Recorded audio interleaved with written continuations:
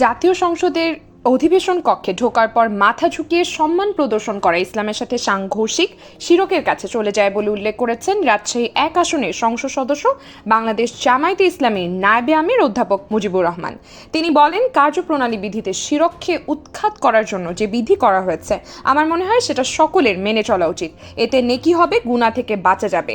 মঙ্গলবার 16 জুন জাতীয় সংসদের অধিবেশনে মুজিবুর রহমান পয়েন্ট অফ অর্ডারে দাঁড়িয়ে এসব কথা বলেন। এ সময় স্পিকার হাফিজ উদ্দিন আহমদ অধিবেশনে সভাপতিত্ব করেন। মুজিবুর রহমান বলেন, কার্যপ্রণালী বিধিতে সংসদে মাথা ঝুঁকিয়ে সম্মান প্রদর্শন করে ঢোকার কথা।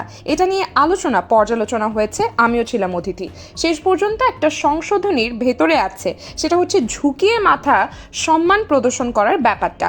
এটা ইসলামের সাথে সাংঘর্ষিক শিরকের কাছে চলে যায়, সেজন্য এটাকে বাদ দেওয়া হয়েছে।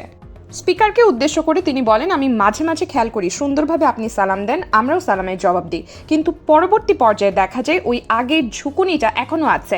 আপনারাও আছেন, ডেপুটি স্পিকারও আছেন। সেজন্য আমি অনুরোধ করি, কার্যপ্রণালী বিধিতে শিরককে উৎখাত করার জন্য যে বিধি করা হয়েছে আমার মনে হয় সেটা সকলের মেনে চলা উচিত। এতে নেকি হবে, গুনাহ থেকে বাঁচা যাবে, তাহলে আমরা এটার উপকার লাভ করব। এরপর স্পিকার হাফিজ উদ্দিন আহমদ বলেন, আমি রুলস অফ প্রসিডিওর দেখলাম, তারপর এ বিষয়ে এটা যার যার ব্যক্তিগত বিষয়, কেউ সালাম দিবেন, কেউ করবে। সারা পৃথিবীতে রেওয়াজ আছে, তাও আমি দেখব যে বিগত সংসদে এটা বাতিল করা হয়েছে কিনা। এটা দেখে পরে আমি জানাবো।